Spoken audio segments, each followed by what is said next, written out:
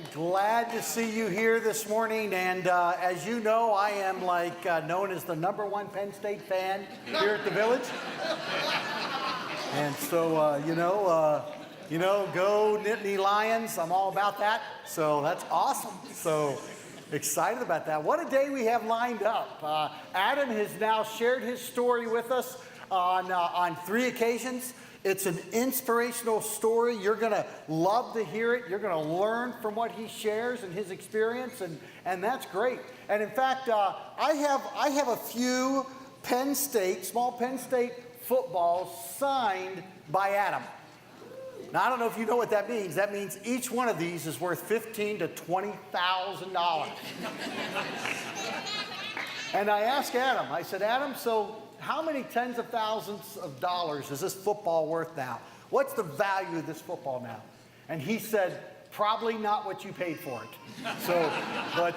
So he's even humble. I mean, there's just all this humility also. So anyhow, I want everybody to be absolutely aware when I put this football in the air, because I don't want you leaving church today and saying, Pastor drilled me with a football. I came to church and he just drilled me with a football. So, all right, everybody pay attention. All eyes are on the ball, right? All eyes are on the ball. Let's see, man. Woo! Boy, this is tough. You know, last night I threw it and I just tossed, and it only went 4 or 5 deep. And then everybody was saying, you must have been a defensive lineman because you have no arm strength. So anyhow, I'm going to have to I'm going to have to at least show off my arm strength, right? So let me see where I can put this thing. So, all right, you ready? You ready? I'm going to, that was a little bit overdone. Wait a minute. I threw that and I saw my receiver go like this. So, all right, number 2. Everybody watching? Everybody's watching, everybody's eyes are up, right? Oh, that was the short pass. Man, Adam, I am 0 for 2. I got to go deeper. All right, where am I sending it? Okay, you ready? Are you ready? Let's see. Oh, wow.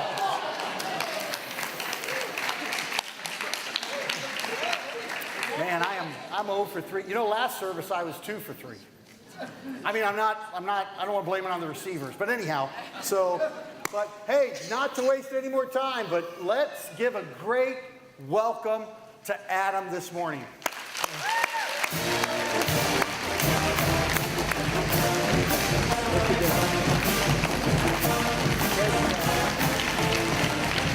Thank you so much. I appreciate you guys having me. Thank you. Thank you guys so much. It's my honor to be here with you today. I've been telling people this, throughout the last few sessions. I came here and I walked in here, and this is a beautiful building, a beautiful sanctuary that you have. And I'm sure you could have picked many other people to be here this morning to share their stories, and for you to have chosen me to come share my testimony. I just want to thank you for this blessing this morning. I'm truly excited to be here and had a fantastic time meeting folks last night and folks throughout this morning. But as you heard, my name's Adam Taliaferro, and I grew up, it's Adam. It's Adam. So I got a 2-year-old, so I know how that goes. I got a 2-year-old at home. So I grew up in Voorhees. I don't know anyone familiar with Voorhees, New Jersey? There it is. So I grew up in South Jersey. For those who don't know, everyone knows Cherry Hill, so I say we're right next to Cherry Hill. And growing up, my dream, my goal was to be a professional football player. And as you can see, I'm not the biggest guy in the world. So people would say, you're not big enough, you're not strong enough, you're not fast enough. And I tell you that story because, for the kids that we have in the audience, there's often going to be people that tell you that you're not good enough. There's going to be people that don't believe in you. But if you don't take anything away, I just hope that you, first and foremost, continue your belief in God and believe in yourself. Because with those 2 things, you can achieve almost anything. So I'd like to begin my story with the fact that everybody has a story. Everybody in this room has gone through adversity, is currently going through adversity, or has different trials and tribulations going on in their life. For me, I never had any adversity prior to my injury. I can't think of anything that was tough for me prior to my injury. I had two great parents, I had a brother, great family. Everything went according to plan for me.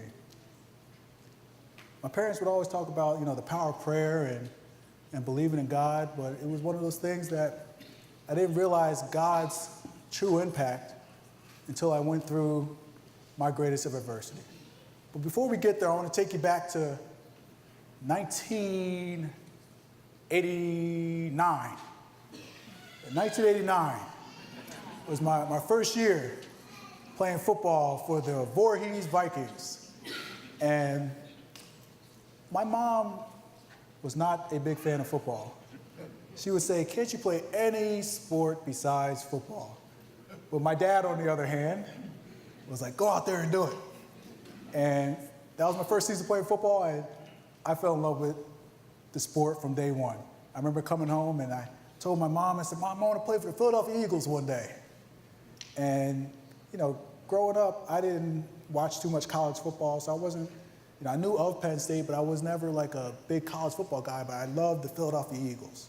So I played all throughout elementary school and throughout middle school, and then I got to high school. And in high school, I thought I was the man. I was, that was me, my senior year after training and then after one of my games. And I started getting recruited when I was in my sophomore year in high school. And as I said, Penn State, I knew of them because I lived in South Jersey my whole life, so I knew Penn State had a good football program. And my dad went to Temple. TU, the Owls. The Owls. So my dad said, "Adam, why don't you go to Temple?" I said, "Dad, I love Temple, but they're not exactly known for their winning football programs at Temple." So I politely declined, but I went out to Penn. My dad was a big fan of Coach Paterno. So he said, "Why don't you go out to football camp for a week and see how you like Penn State?" So after the summer, after my sophomore year, we go out to Penn State, and I'd never been to Penn State, and had no idea where it was, but I remember driving out there, going through mountains and fields and cow pastures, and when we got there, it smelled like cow, and I said, "I don't know about this place."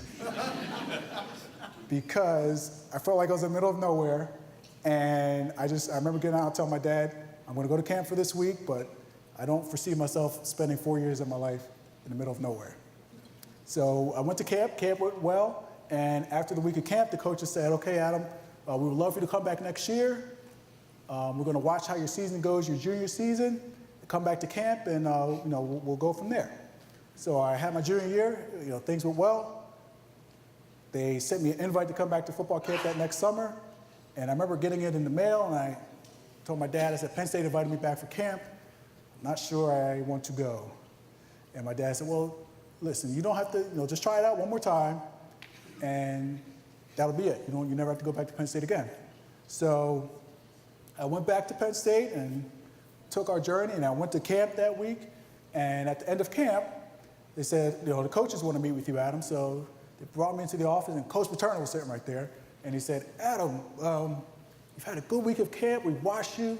We want to offer you a scholarship to come play football at Penn State." I said, "All right, Coach, I'm in."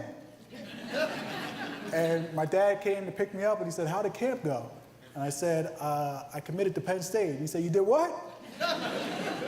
And at that time, I was 16 years old, and you got Coach Paterno standing in front of you, and he asked me to come to Penn State, and I'm not going to be the guy to tell him no. So after my junior year, I was committed to go play football at Penn State. And it was one of the most exciting experiences of my life. The day after I graduated from high school, I went up to Penn State for the summer just to get acclimated, and the coaches, when they recruited me, they said, "You may have a chance to play as a freshman." But as some of you who watch Penn State and know Coach Paterno, he wasn't too fond of playing freshman. So I tried to go up there and make my best impression, and thankfully at the end of the summer, Coach Paterno said, "You're gonna play." So I was out there as a freshman. It was just the most exciting experience. And I grew up in New Jersey, as I said, so our very first game was back in 2000. Some of you may remember, we played University of Southern Cal at the Meadowlands in the kickoff classic. And it was my first college game, and I remember coming out, and I said this earlier, I said, any freshman that's playing out there for the first time, if you look at them, you'll see that they're paying attention to everything except for the football game. So for me, I remember coming out of the tunnel in the USC, they're the Trojans, so their mascot is, they had this big white Trojan horse, and I remember looking at it, and it ran across the field. I'm like, wow, they got a white horse running on the football field. I was like, whoa. And then I looked across and saw the USC cheerleaders. I'm like, wow, they got really nice cheerleaders. And then, unfortunately, some of you may recall back 17 years ago, we lost that game. But as a freshman, I was just truly excited to be out there living my dream. This was something, that I worked my entire life for since the age of 7, and I just thought, I'm playing as a freshman, I've made it. In 2 or 3 more years or 4 years, I'll be playing in the NFL. And I saw some of my teammates going on to play in the NFL, so I just thought that was going to be the next phase of my life. But as we all know, God has different plans sometimes. I didn't know what that plan was. The next slide. The 5th game of my freshman year, we went out to play the Ohio State Buckeyes. And I was excited. I was excited. The Buckeyes. Where's the pastor? I know the pastor is a Buckeye guy. I was notified of that early on. But you saw him in the Penn State shirt, so we're slowly moving him over in the right direction. But we were going out to play Ohio State, and I was excited because I had broken my thumb in preseason, and I finally got my cast off. And this was the first game I was playing without a cast. So Coach Paterno said, Adam, you're going to get more playing time now that you don't have the cast. We're going to use you more. So I called all my friends and family and said, make sure you watch the game, because I'm going to be in there. And we were playing on national TV, and then the play happens that changes my life.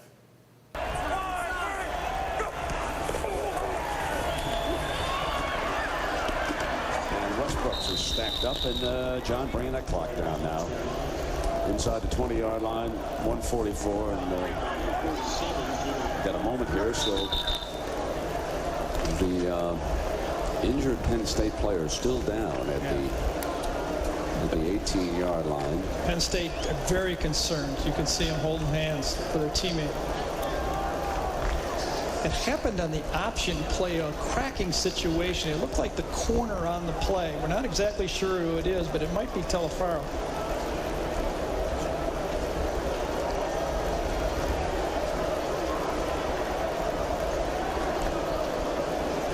Oh, yes, it was. He led with his helmet into the running back's knee right there at the end.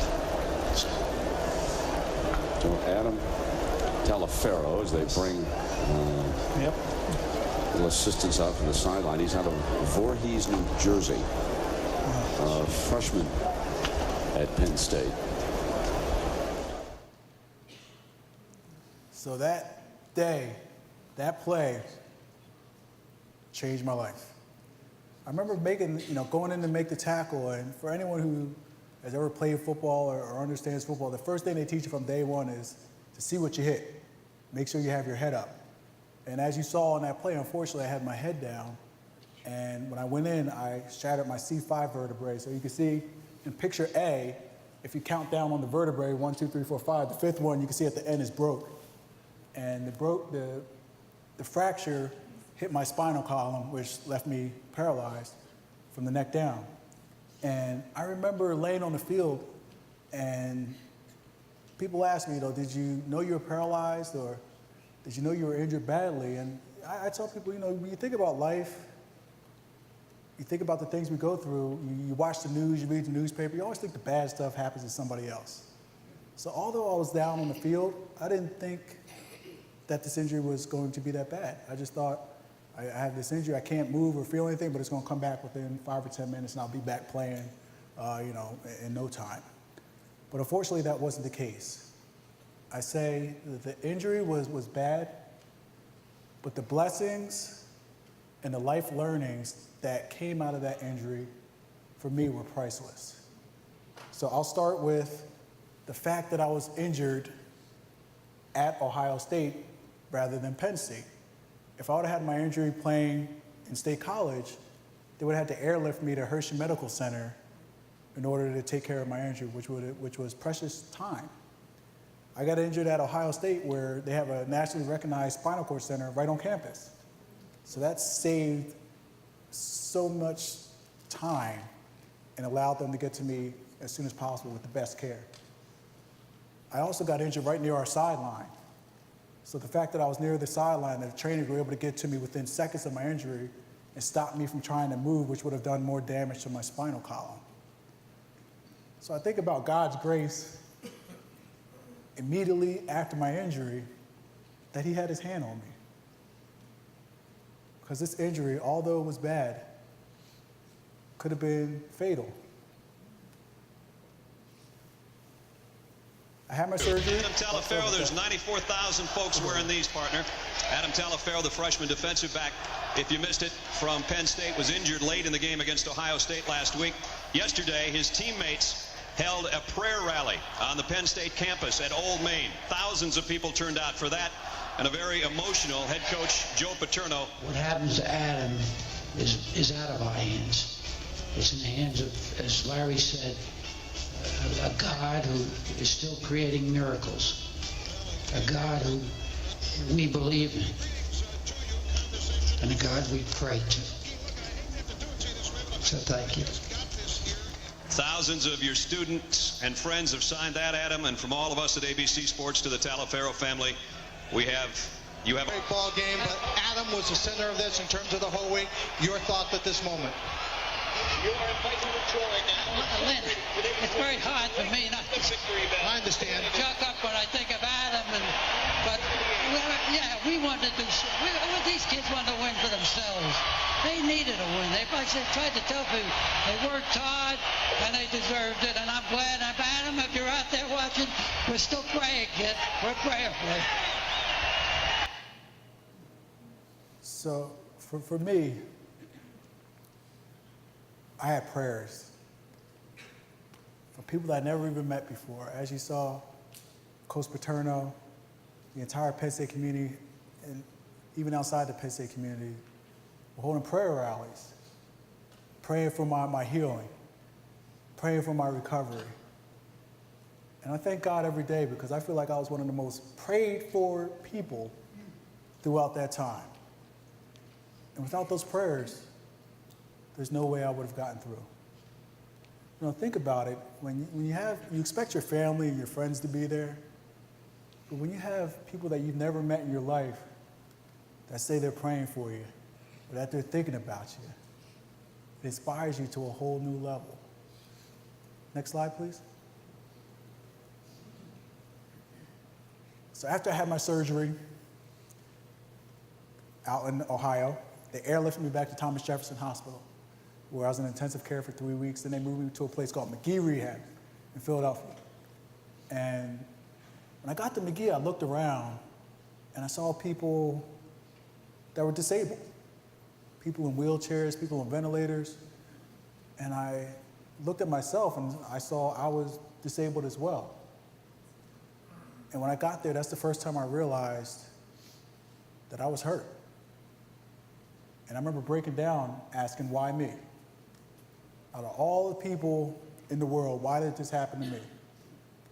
And we can think about anything that happens in our lives. That's a natural response, to ask, why me? Why did this happen? And our pastor will often come to the hospital with my parents every day, and we'll pray. And I will pray for a sign. I'll pray for guidance. Because I was just dumbfounded as to why something this horrible would happen, why my dream would be taken away. But at that moment, I realized that God puts people in your life that will help you get through. For me, it was my parents, my pastor, Coach Paterno, and the entire Penn State team and community. And as I said, people outside of that community that were there for me each and every day to give me words of encouragement. And the people in these pictures behind me, who I call my angels on earth, my physical therapists, who poured 6 hours every day. We would do 2 hours in the morning, 2 hours in the afternoon, 2 hours at night of physical therapy. And I remember my first time in therapy, my therapist on the right, Mary Grace, would say, try to move a finger.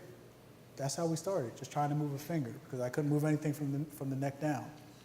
And I would get frustrated because just a week ago or 2 weeks ago, I was playing college football in the best shape of my life, and now I couldn't move anything. And my parents would come every day, and they would go home when I would go to bed around 10 o'clock, they would go home. And about 6 weeks into my injury, my therapist was in the hospital room with me late at night, and she looked down at the end of the bed and she said, Adam, I think you're moving your toe. And I said, I am? Because I've become so accustomed to nothing moving. And she said, try to move it again. And I was able to do it. So they called my parents back to the hospital. And it was 11:30, 11:45 at night, and my dad is all excited. He says, move your toe. I'm like, all right, okay, I'll try. And I moved it. And we had a party in the hospital room that evening because I was finally moving my toe. And my dad is a very excitable person. So he said, we got to call your coaches to tell them that you're moving at midnight. And at that time, Coach Paterno was like in his late 70s. He had probably been asleep for like 4 or 5 hours. But my dad called Coach Paterno and shared the good news, and we were just elated that I finally had some movement in my toes. But for those who aren't in the medical field, which I am not, nothing is official unless the doctor sees it. I learned that. So the next morning, the doctor came in, and he said, Adam, we heard the good news. We heard that you were moving your toe. Can you show us what you were doing last night? I said, yes, Doc, I can. And I remember looking up at the doctor and looking down at my toe, and I was straining. Of course, nothing happened. And I tell you, it was a roller coaster of emotion because I just went from the highest of the highs to now going back to the lowest of the low because I realized that the doctor didn't believe I was moving. But the thing that I will continue to say is that there were people throughout my life that kept my spirits up. There was never a day that I didn't have someone saying, I'm praying for you. I'm thinking about you. And that inspired me to continue to work each and every day to the point where things finally started to come back. And I got to the point where they would put me on this treadmill and I would be in a parachute harness. And the harness would hold all of my body weight. So I was not carrying any body weight. And the therapist behind me would hold me steady. And the two therapists would be on each leg trying to basically teach my body how to walk again. And this was before I could even walk, and it was just trying to get the body to understand the walking motion again. And month after month, they would lower the body weight on the parachute harness, so I would slowly but surely continue to carry more of my body weight to the point where I was able to finally walk on crutches and finally get out of McGee Rehab after 8 months of therapy. Next slide, please. Throughout that time, I relied on people for inspiration. Some of you may recall Christopher Reeve. He was Superman. And after my injury, 2 weeks after my injury, he called me and he said, Adam, I saw your injury. Just wanted to let you know I'm thinking about you, and I'm here if you need anything. And I was shocked because growing up, being a little boy, I was a huge Superman fan. And I remember being in the hospital room on speakerphone, and my parents were there, and I'm like, what do I say? And I said, thanks, Superman. That was the best thing I could come up with. And we stayed in contact throughout my entire journey, my entire recovery. When I got out of McGee Rehab, he asked me to come up. I lived in South Jersey, he lived in North Jersey, to come up and come go through therapy with him. And watching him truly inspired me because he was someone who had an injury much more severe than myself, where he had got injured 14 years prior to my injury, but he did not give up. He had the most positive attitude of anyone I had ever met in my life. And to watch him work hard and watch him strive to get better, not only for himself but his family, was truly inspiring for me. Unfortunately, Chris passed away, but his spirit, his drive and determination still inspires me to this day. Next slide, please. Wayne Sebastianelli, the team doctor, he told Adam not just what to do, but what not to do. And Adam's walking out now to the tunnel. And every head here at Beaver Stadium is turned in that direction right now, waiting for him to come out. That right hand of his is still a little bit stiff, but remember, he never rehabbed his thumb from the preseason when he hurt it last year. He's Ladies and hands gentlemen, in that tunnel. he has been an inspiration to his teammates, all Penn Staters, and thousands of others for his courage, tireless work, and determination to return to the field tonight. Ladies and gentlemen, please welcome Penn State's number 43, Adam Taliaferro. Here he comes. Adam Taliaferro walking onto the field at Beaver Stadium. 11 months ago, September 23rd, in Columbus. We all wondered if it would be possible that he would do this. And here he is. He said he would do it. Flashbulbs all around the stadium. Now he's going to run. So, thank you. Thank you. That evening will be an evening that I'll never forget. This is one of the best nights of my life, and that night wasn't about me. It was about all the people that helped me get to that point. Because there's so many people that were with me each and every day over that year to help me get back to that stage in my life. And I remember the game. I remember being nervous as heck because, one, I hadn't been walking without crutches that long. So the first thing I said was, God, please don't let me trip in front of everybody coming out of this tunnel. And then, secondly, I didn't know what I was going to be able to do. I didn't know if I was going to be able to walk. I didn't know what I was going to do when I came out. But when I remember coming to the tunnel and just hearing all the cheering, and something went through me that I can't put into words. I think about God's Spirit and what He enables us to do. And I was able to try to run and skip and do things that I had never done before. And if you asked me to do them today, I wouldn't be able to do it. I haven't run or skipped since that day 17 years ago.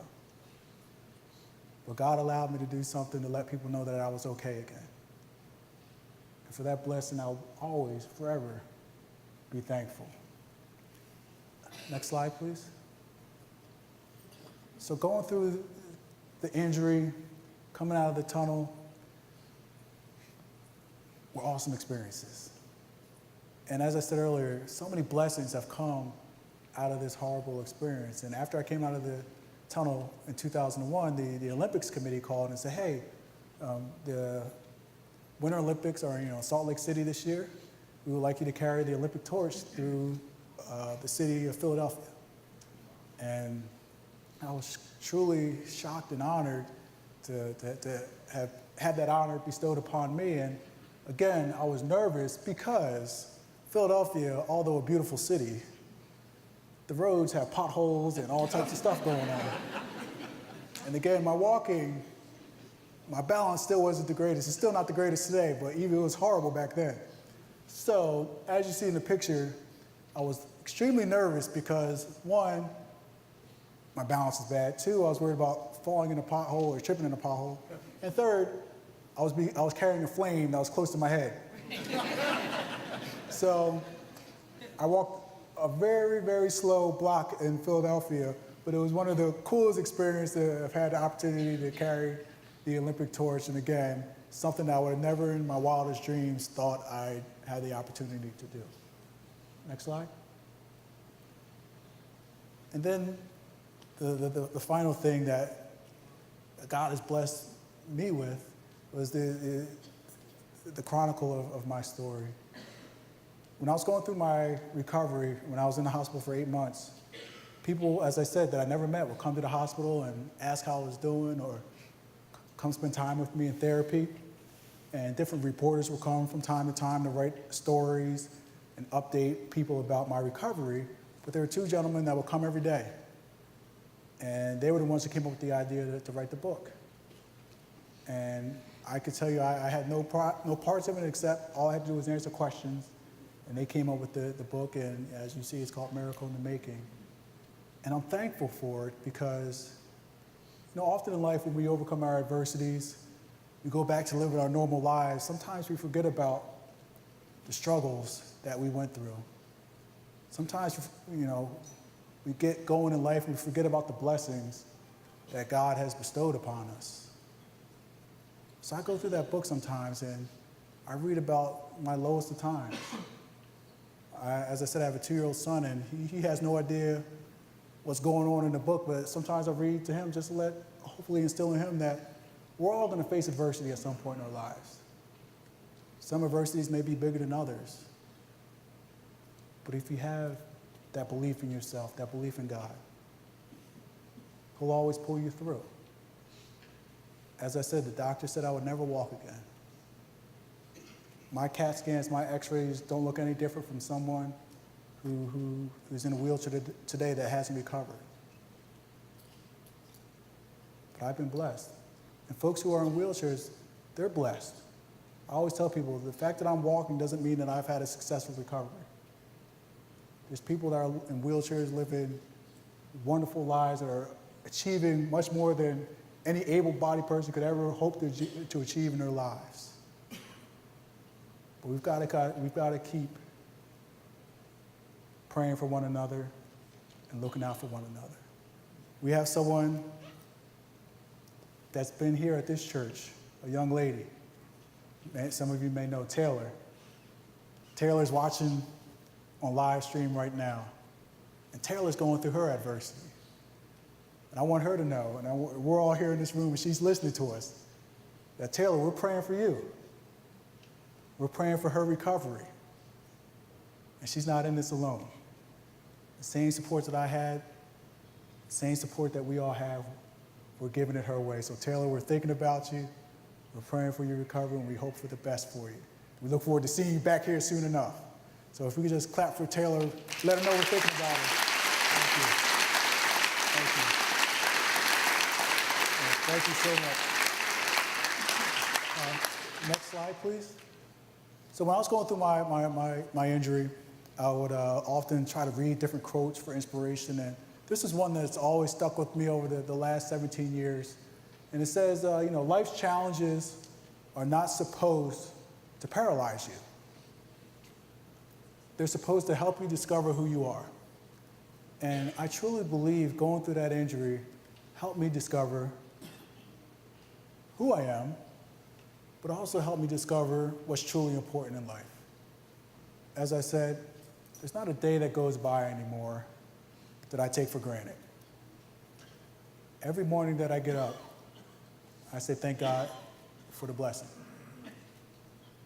Because I don't take getting up anymore for granted. Because there was a time when I couldn't get up on my own. There was a time when I didn't have my health. But God has put his hand on me and given me this life that I have today. And there's no longer bad days anymore. There may be days that are better than others, but I can't tell you that there's bad days. Because each and every day, I feel like I'm blessed. I look back on the injury, and I look back on the past 17 years, and I look as I stand before you here today, and I can't help but say, thank you all. My injury happened 17 years ago. Next week, September 23rd will be 17 years since my injury. But for you all to take your time out of your day to listen to my testimonial, and as I said, you all have your stories of overcoming. I can't thank you enough. Blessings. We talk about blessings. On the next slide, I say that's my biggest blessing, my little guy. Thank you.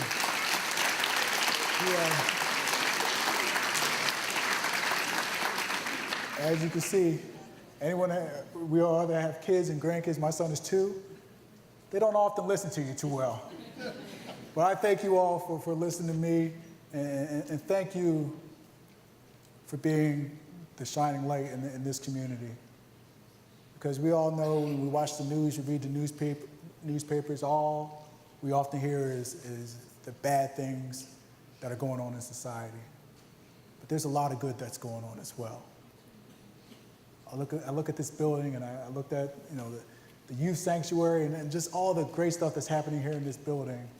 I want to thank you all for your efforts, because you all could be doing many different things with your time and your efforts, but you've chosen this path. And for that, I am truly humbled, I'm truly thankful, and I look forward to continuing walking this journey of life with each and every one of you. So have a blessed day, a great Sunday, and thank you so much for having me. Thank you. Thank you. Thank you.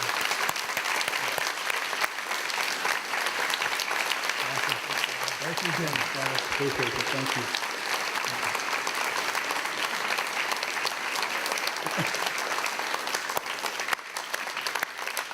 Well, we sure do appreciate Adam, don't we? Appreciate his inspirational story and his willingness to share it, how great that is. In fact, I think about that. I think about Adam's story, right? And I think about what an incredible story it is of triumph over tragedy. And I appreciate the fact that Adam said every single one of us has a story, right? Every one of us has a story, and hopefully our story is like interpreted in light of the great story, right? The big story that really is the story of creation itself, and that story is a story of triumph over tragedy. Like, I don't know if you're aware of this or not, but Jesus said in the scriptures, Jesus said, in this world, you will have trouble. You're going to have trouble in this world because the world's broken, right? The world's fallen, and because of that, things are going to happen that you don't want to happen, and stuff's going to take place that you didn't cause, and there's all sorts of different scenarios that's going to happen because our world is broken, right? And Jesus even said, hey man, in this world you're going to have trouble. I have had trouble in this world. That's what Jesus said in the scripture, and so we recognize that. We recognize the fallenness and the sinfulness of this world, and even our own brokenness with the biblical word for that, right? Sin, our own brokenness in the midst of this world. So all of the hardship and adversity that comes to us in life. But Jesus didn't end that statement by just saying, boy, I've had trouble in this world. He didn't end it that way. Well, he went on to say, but take heart. Take heart because I have overcome the world. And in fact, the big story, right? The big story that hopefully all of our stories embrace and is a part of is the story that Jesus came, and Jesus took all of the brokenness of the world upon himself, and he went to the cross, and he died on that cross, right? You want to talk about adversity, but then he walked out of the tomb alive. I mean, he walked out of the tomb living and free, and then you think about that, the power of that, of triumph over all of the brokenness and hardship and sin in this world, and then he turns around, right, and he offers his hope and his salvation and his strength and his spirit to us. He turns around and he says, hey, I've got an answer to your brokenness. I've got an answer to your adversity. I've got an answer to the hardships that you face in life. And even though it doesn't mean you'll never face hardships, man, I've got an answer of hope. Hope for you here and hope for all eternity to live by his strength and his power and live according to his grace. And so I don't know if you've adopted that truth. I don't know if you've accepted who Jesus is into your heart, into your life, and the power that he offers us, and the grace and forgiveness that he does. But one thing I want to do this morning is I just want to give you an opportunity to do that. Just in a moment, an opportunity to say, I can live triumphantly over all of the brokenness and tragedy in this world through Christ. I can do that. And so I want to give you an opportunity today just to embrace who Jesus is and what he's done for you and what he's done for me. So if everybody would just for a second, if you close your eyes and bow your head, I'm going to say a word of prayer. And you can pray this after me. You can pray it in your own words. But just the reality of accepting who Jesus is and what he's done for us. Jesus, I thank you that you've come and you've faced the adversity and the sin and the brokenness in this world. You took my own sin upon yourself and took it to the cross and walked out of that tomb alive. And I thank you for the reality that you overcame. And Lord, I admit that I'm a sinner and that I need a Savior. And Lord, right now, I just embrace by faith who it is that you are. And Lord, your incredible grace and love towards me. I turn from my own plan and my own direction, and I seek out and I embrace your plan for my life. Thank you, Lord, for what you've done and for the grace and the love and the power that you offer. I receive that in this moment. In your name, Jesus. Amen. Well, if you prayed that prayer, one of the things that we would like to do is we'd like to have conversations with you about how we continue to live out in the power of Christ and his Spirit triumphantly no matter what we face in this world and in this life. That's what we do every Sunday in all of our groups and all the ways that we gather. We talk about how to live triumphantly and victoriously in this world through the power that God delivers to us in his Spirit and through his Son, Jesus Christ. So we invite you to be a part of that on a regular basis. Right now, the ushers are going to make their way forward to receive the offering. This offering is for our folks, for our regular attenders. We appreciate everything you do to support what happens here on a regular basis. If you're a guest today, we don't have any expectation that you give in this offering. There'll be a chance to support the Adam Taliaferro who is with us as you leave today by the doors. There'll be a chance to do that. But the ushers are making their way forward. Let's say a word of prayer. Jesus, thank you. Use what it is we bring, Lord, to spread your love, your grace, your power, and your Spirit all around. In your name, Jesus, amen and amen.